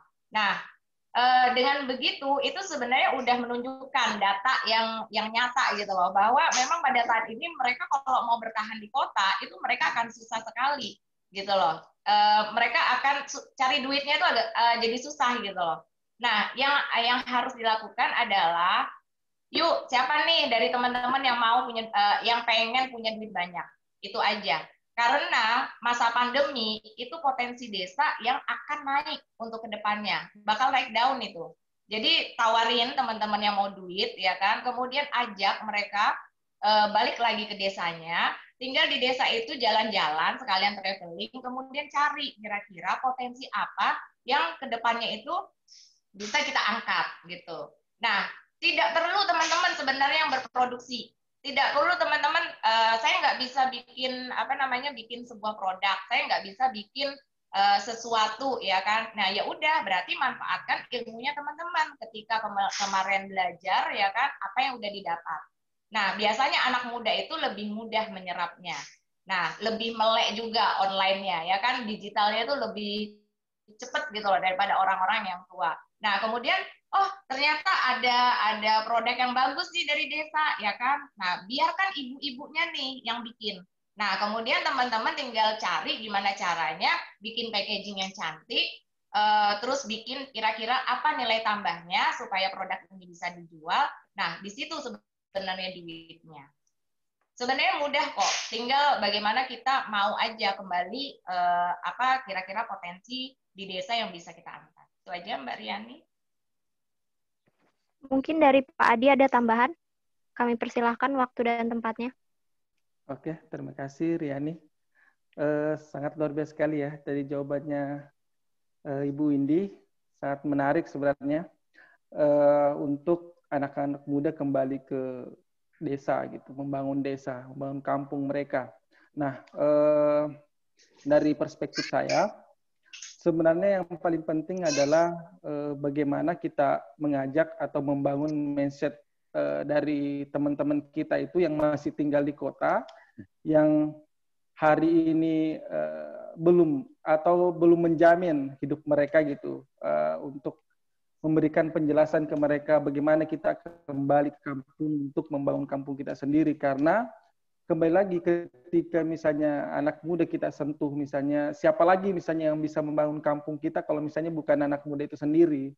Kampung itu nggak akan bisa berkembang ketika anak mudanya keluar semua. Contoh misalnya ada beberapa daerah di Jawa, itu setiap tahun ketika misalnya anak-anak yang sudah lulus sekolah ataupun sudah lulus S1 misalnya sarjana, mereka selalu kembali atau pergi merantau misalnya. Nah, akhirnya kampung itu tidak bisa terurus dengan baik karena anak-anak mudanya pada keluar kota. Nah, ini yang perlu kita tanamkan ke anak-anak muda generasi milenial, bahwa saatnya lah kita kembali ke kampung untuk membangun kampung kita sebenarnya.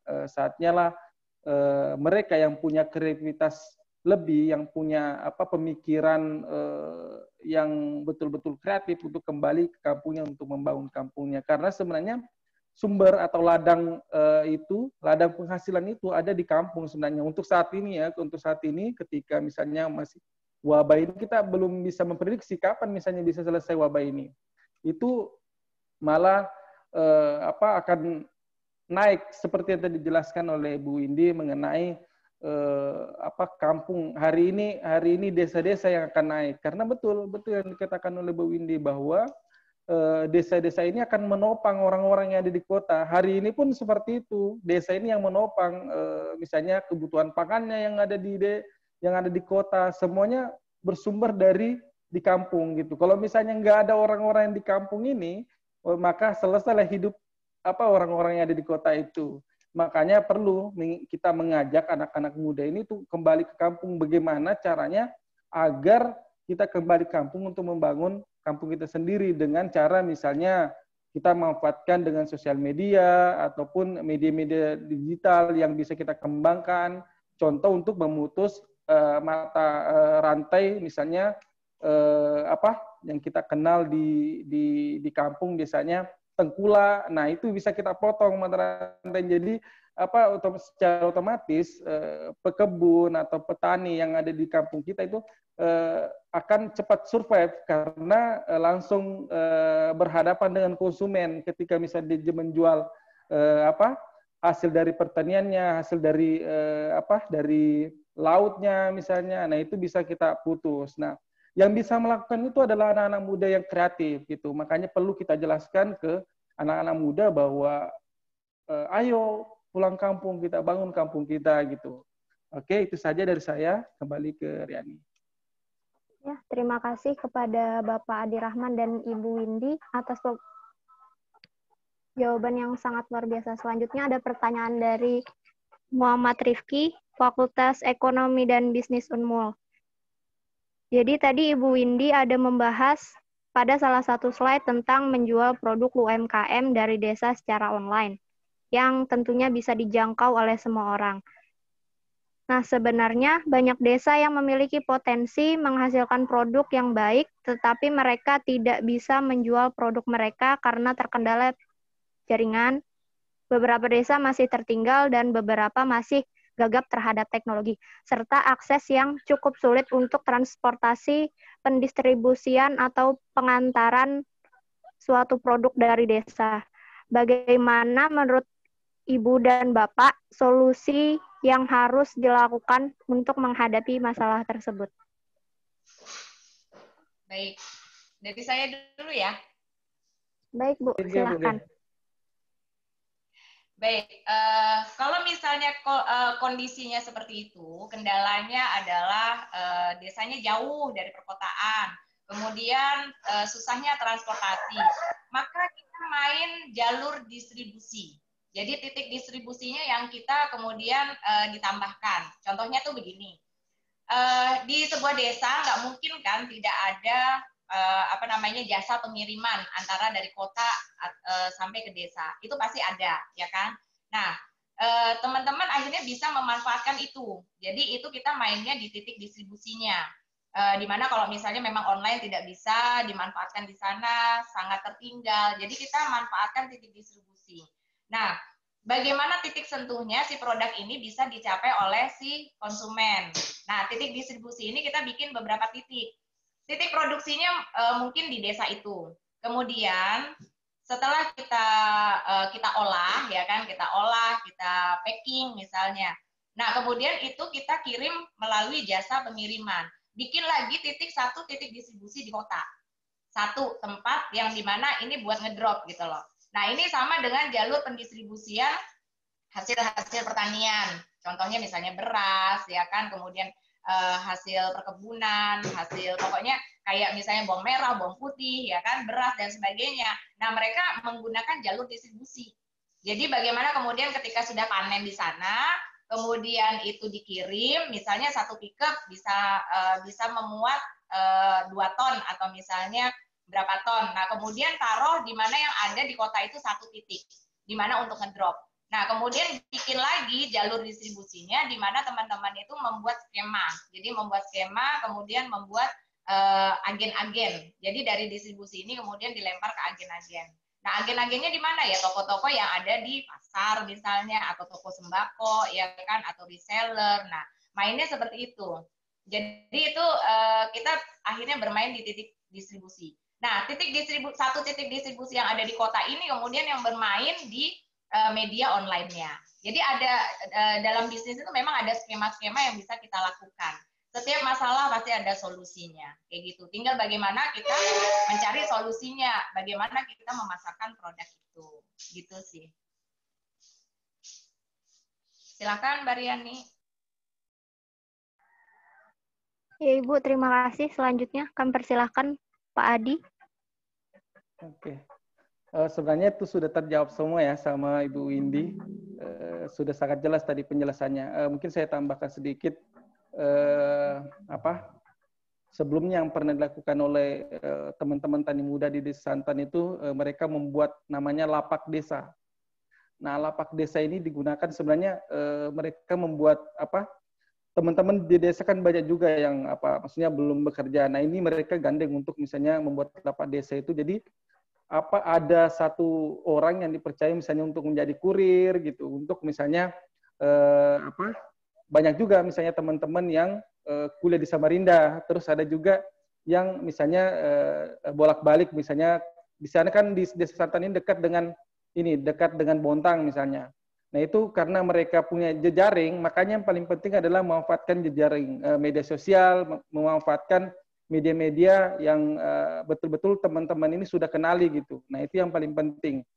Ketika misalnya ada yang nggak bisa dijangkau, itu bisa dihubungi teman-teman. Bisa nggak ini misalnya barangnya dikirim, nanti teman-teman yang menyampaikan kayak gitu. Jadi ada juga yang teman-teman bisa dapatkan dari penghasilan itu. Nah, itu yang bisa disalurkan sebenarnya.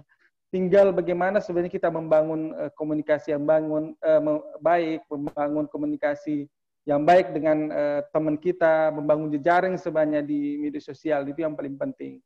Oke, sekian dari saya, itu aja, Riani. Terima kasih kepada Ibu Windy dan Bapak Adi atas jawaban dari pertanyaan yang sangat luar biasa. Selanjutnya ada pertanyaan dari Saudari Gebri Ani Firda, Visipol Unmul. Saya mau bertanya kepada Pak Adi, bagaimana cara Jitu untuk mengajak anak muda agar mau ikut dalam pertanian? Mengingat yang Bapak katakan bahwa anak muda itu lebih memilih hal-hal yang berhubungan dengan teknologi ketimbang harus bertani. Jika ada, bagaimana cara mempertahankan minat anak muda tersebut? Karena jiwa anak muda itu kemudian atau cenderung ikut tren.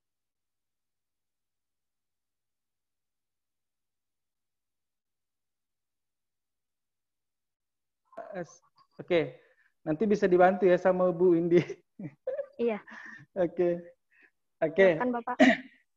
Bagaimana mengajak anak muda untuk kembali ke kampung, intinya begitu ya, untuk membangun kampungnya ya. Tentu kita nggak bisa pungkiri ya, anak-anak muda hari ini banyak yang konsumtif, yang pemikirannya masih masih sudah enak misalnya hidup di kota kayak gitu. Jadi pemikiran-pemikiran yang serba muda yang ada di pemikiran mereka, bahwa pemikiran misalnya dari mindset mereka bahwa kalau misalnya tinggal di kampung ini enggak keren gitu kan, dari kampung. Nah, itu sebenarnya yang menghambat dari kenapa anak muda itu tidak mau keluar dari zona nyamannya itu. Nah, ini yang perlu kita sampaikan sebenarnya ke anak-anak generasi muda. Yang paling penting adalah yang harus kita ingatkan ke mereka nih. Yang harus kita ingatkan, sebelumnya saya sudah menjelaskan tadi bahwa penting yang namanya membangun mindset mereka bagaimana membangun kampung. Itu sebenarnya yang harus kita selalu sampaikan ke mereka, bahwa yang bisa membangun kampungmu itu adalah kamu sendiri. Kalau misalnya kamu tidak balik di kampungmu, misalnya tidak kembali kampungmu, maka kampungmu nggak akan maju gitu. Nah, ini yang paling harus kita sampaikan ke mereka, karena sebagai apa anak-anak muda itu ketika misalnya kita membahas kampung yang mereka lahir di sana secara secara historis, secara apa ya, mindset psikologis mereka itu ketika dia mengingat mengenang nama kampung itu pasti mereka tuh ada rasa juga ingin kembali ke kampung sebenarnya, tapi ada unsur gengsi aja di situ sebenarnya untuk kembali ke kampung. Nah, yang paling penting dilakukan adalah memberikan edukasi atau memberikan penjelasan ke mereka sebenarnya anak-anak yang muda yang sudah kembali ke kampung, menunjukkan aja dulu apa sih yang mereka lakukan di kampung ini. Contoh misalnya saya kasih contoh ya, teman-teman tani muda. Mereka yang sudah menyelesaikan pendidikan, misalnya dia sudah menyelesaikan studinya, misalnya di Umul ataupun daerah-daerah lain, mereka kembali. Nah itu, jadi kita harus memberikan contoh dulu ke anak-anak muda kita ini. Jadi memberikan contoh ke mereka bahwa bertani itu keren kayak gitu. Jadi itu yang perlu kita sampaikan ke mereka. Dari memberikan contoh bahwa selama ini kan yang ada di pikiran mereka, kamu ngasih tahu, misalnya gini nih, kita berbicara antar teman gitu kan. Kamu aja ngasih tahu aku, tapi kamu nggak pernah balik kampung kok untuk membangun kampungmu gitu kan. Jadi yang paling penting adalah memberikan contoh, memberikan edukasi ke mereka gitu. Bahwa ternyata abangku misalnya dia pulang kampung, dia bisa membangun kampung, dan seperti aku harus balik juga. Jadi memberikan edukasi, memberikan contoh ke mereka bahwa ini penting untuk kita sampaikan bahwa kamu sebagai generasi milenial yang akan menentukan baik buruknya nanti daerahmu atau untuk misalnya kampungmu, itu yang menentukan kamu sendiri. Nah itu yang harus kita terus sampaikan ke anak-anak muda. Contoh misalnya teman-teman tani muda nih, saya karena masih di lingkungan tani muda, ketika misalnya di kampus misalnya di Kecamatan Marangkayu itu ada punya namanya himpunan mahasiswa Kecamatan Marangkayu. Jadi teman-teman tani muda juga selalu berkomunikasi dengan mahasiswa ini, memberikan menyampaikan semacam memberikan motivasi ke masyarakat, ke anak-anak mahasiswa, anak-anak muda ini untuk kembali ke kampung, bagaimana misalnya menyelesaikan permasalahan di kampung, karena mereka ini generasi muda, generasi apalagi mahasiswa, generasi of change ya gitu. Jadi generasi yang akan membawa perubahan untuk untuk daerahnya. Nah itu yang selalu disampaikan oleh teman-teman tani muda ke anak-anak muda ini untuk kembali ke kampungnya. Jadi misalnya dia mendapatkan ilmu di kota, itu yang harus dikembalikan ke kampung. Misalnya dia mendapatkan ilmu tentang misalnya bagaimana caranya berwirausaha yang benar seperti apa. Nah itu mereka kembali ke kampung untuk memberikan semacam pembelajaran untuk masyarakat di sana. Nah itu jadi ilmunya bisa berguna, dia juga dapat pahala. Nah itu yang kita harus sampaikan ke mereka terus gitu. Jadi kita nggak boleh nggak boleh berhenti. Jadi kita harus memberikan penjelasan terus ke mereka bahwa penting untuk membangun kampung. Jadi sebenarnya lebih ke banyak ini ya. Siapa tadi yang bertanya namanya? Gebri, Pak.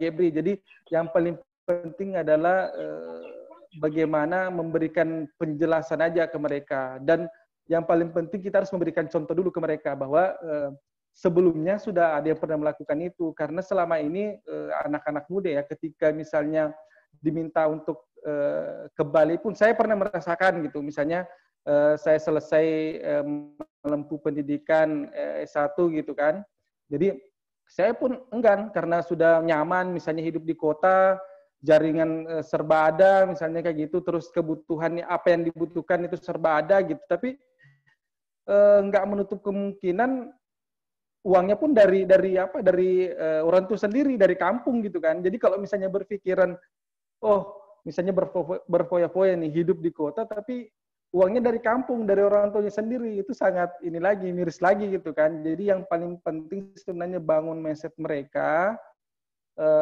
kampung itu nggak bisa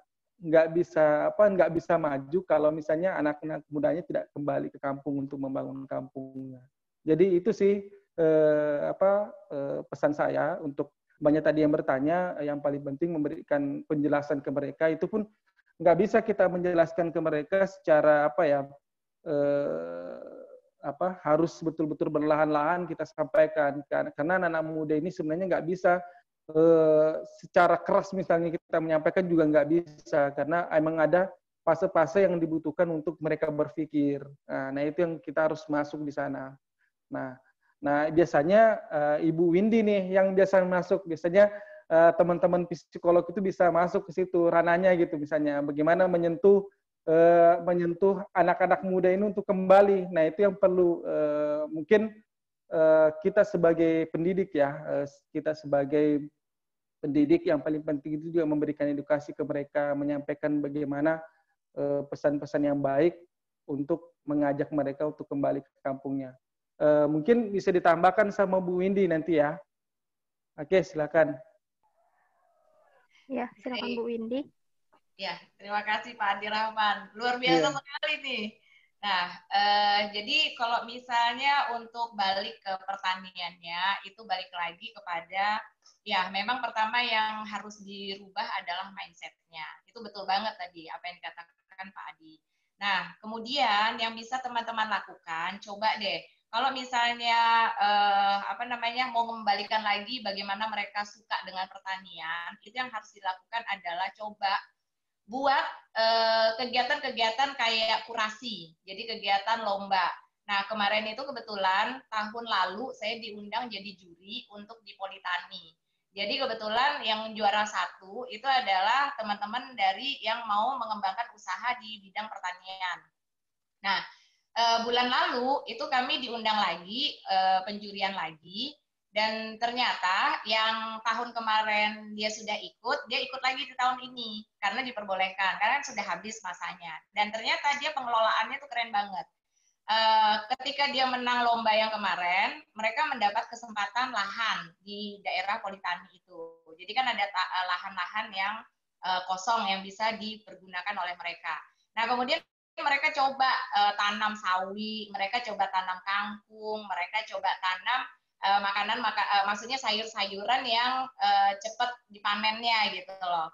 Nah, kemudian mereka tuh sambil bereksperimen sebenarnya.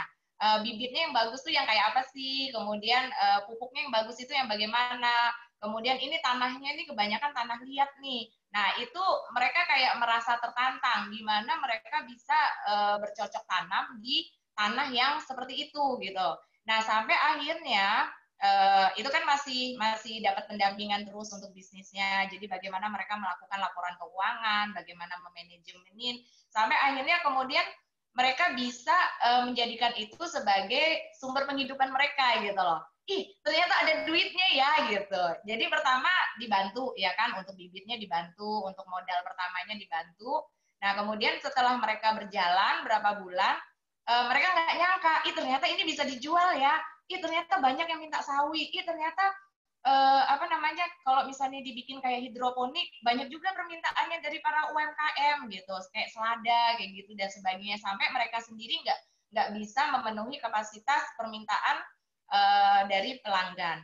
Nah, kemudian akhirnya yang terjadi adalah, kami ini butuh bantuan nih, bisa nggak teman-teman bantuin kami? Nah, akhirnya dia mengajak teman-temannya yang lain.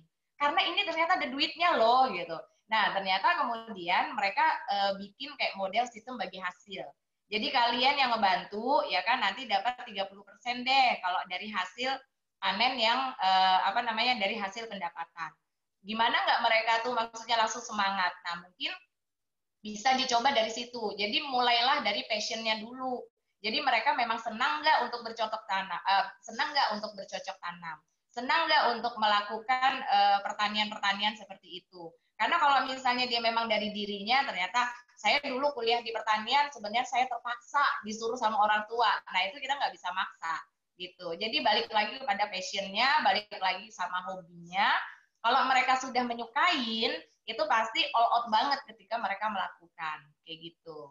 Jadi kita bantu jembatanin, misalnya itu tadi buka mindsetnya, bikin pelatihan, ya kan, bagaimana kita memberitahukan bahwa hasil pertanian ini ternyata potensinya sangat besar, ada duitnya. Nah, kemudian kita bantu juga jembatani dengan, ayo kita bikin ini deh,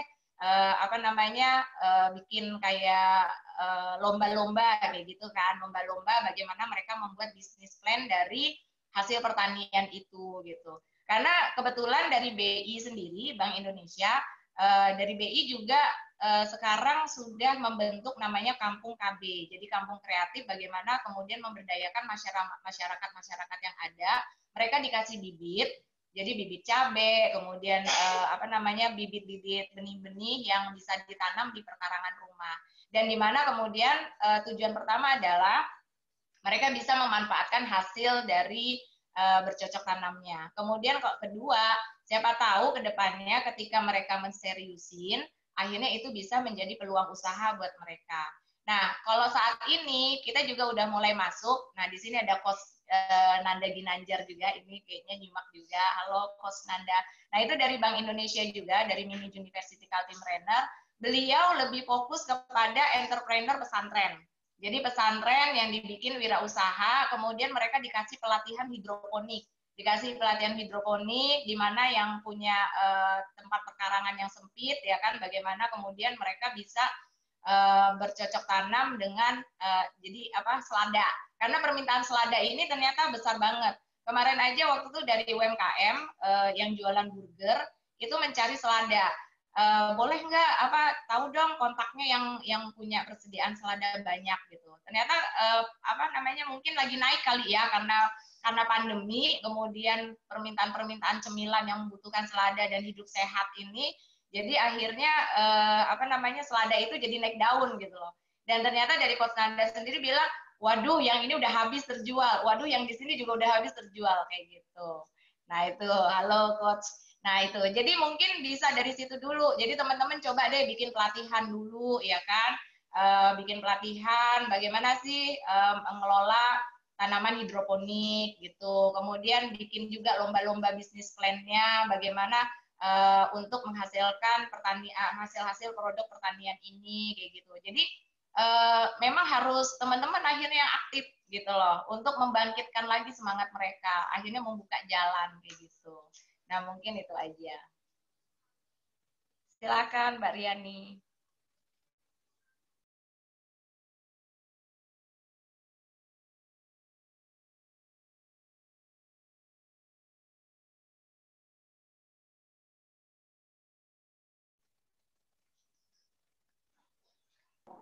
Atau mau dilanjut lagi? Masih ada yang aktif nggak nih? Mbak Riani sepertinya belum ini ya. Mbak Riani sudah?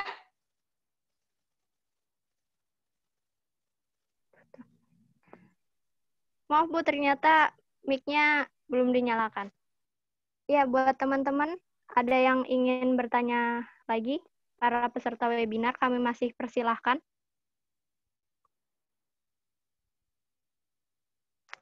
Ini ada pertanyaan dari Saudari Bella. Pertanyaannya kurang lebih sama dengan Saudara Iip. Maaf, Muhammad Rifki. Pertanyaan dari Bella tadi, bagaimana menerapkan wirausaha digital di daerah desa yang masih belum dapat mengakses internet dan teknologi yang diperlukan?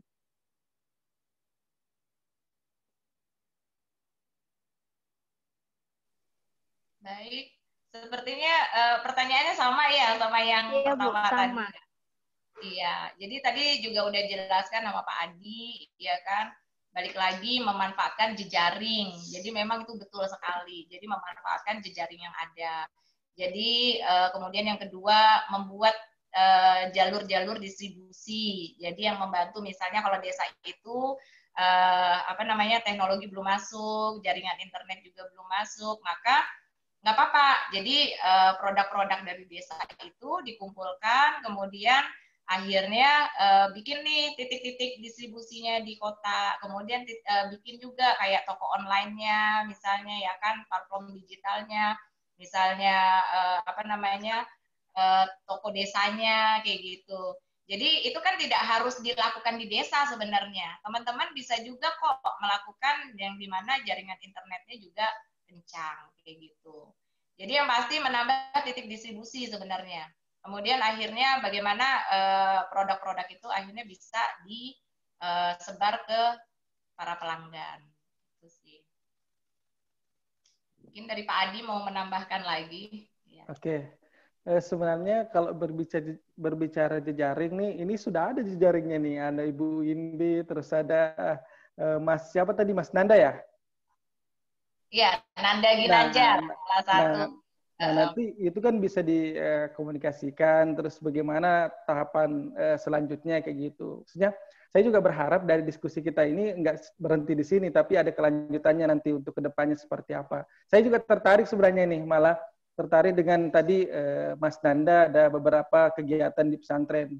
Nah, di desa saya itu, di Desa Santan itu ada beberapa juga pesantren, Bu.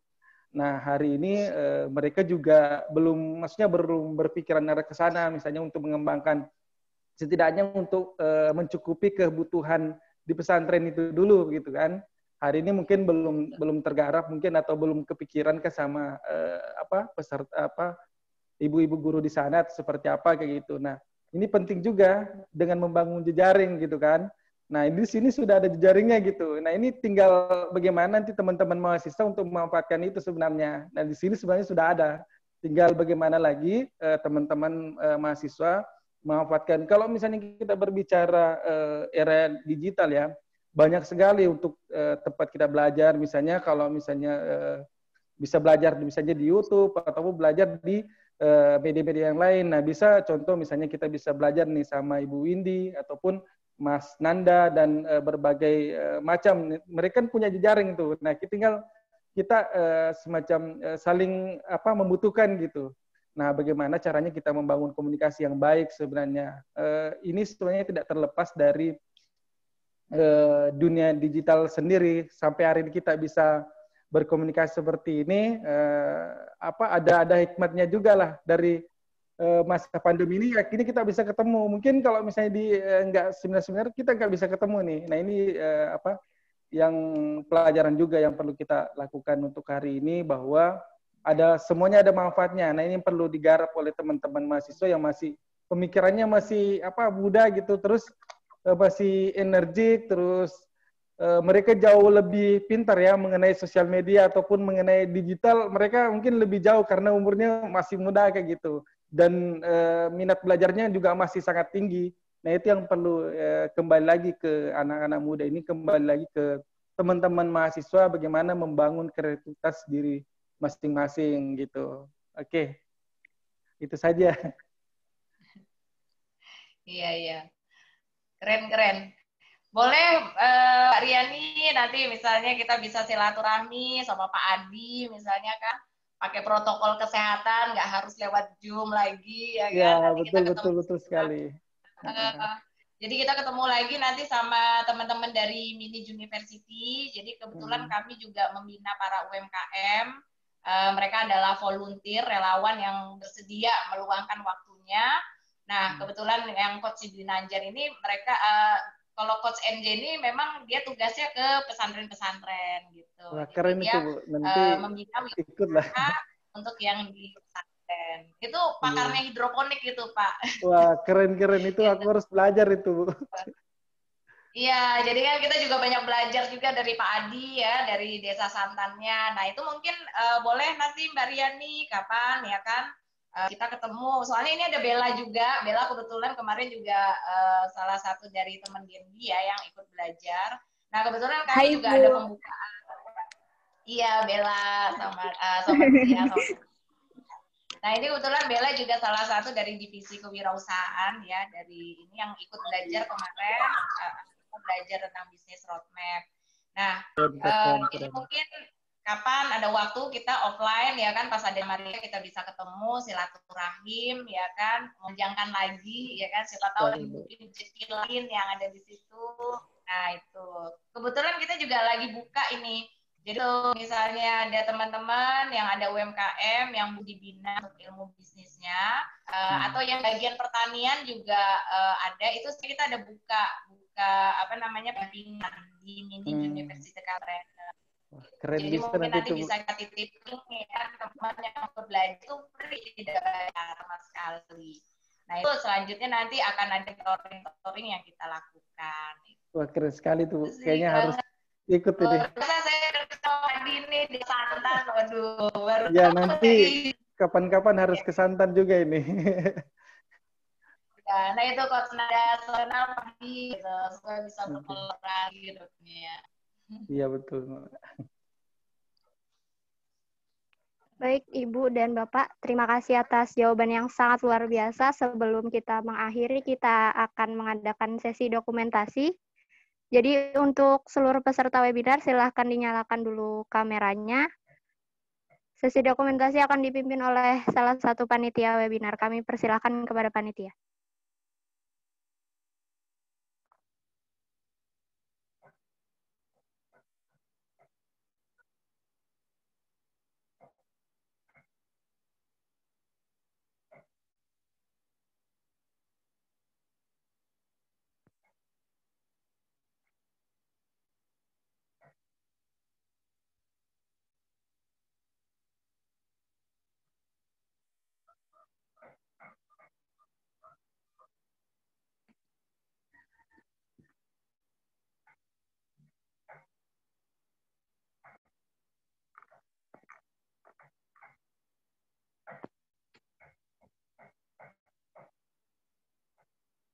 Oke, kami mulai.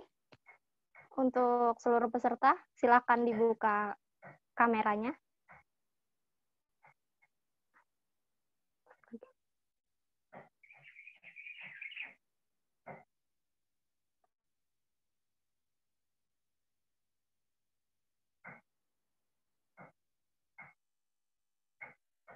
Kami hitung 1, 2, 3.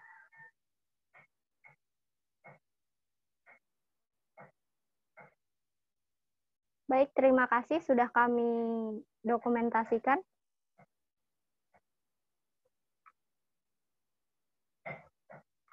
Baik, sebelum mengakhiri webinar pada pagi hari ini, kami ingin sampaikan, jadi untuk meningkatkan minat anak muda, kembali ke desanya itu selain meyakinkan dan menumbuhkan kesadaran, bahwa kembali ke desa itu mendatangkan banyak keuntungan dengan mengembangkan potensi desa dengan kembali ke desa.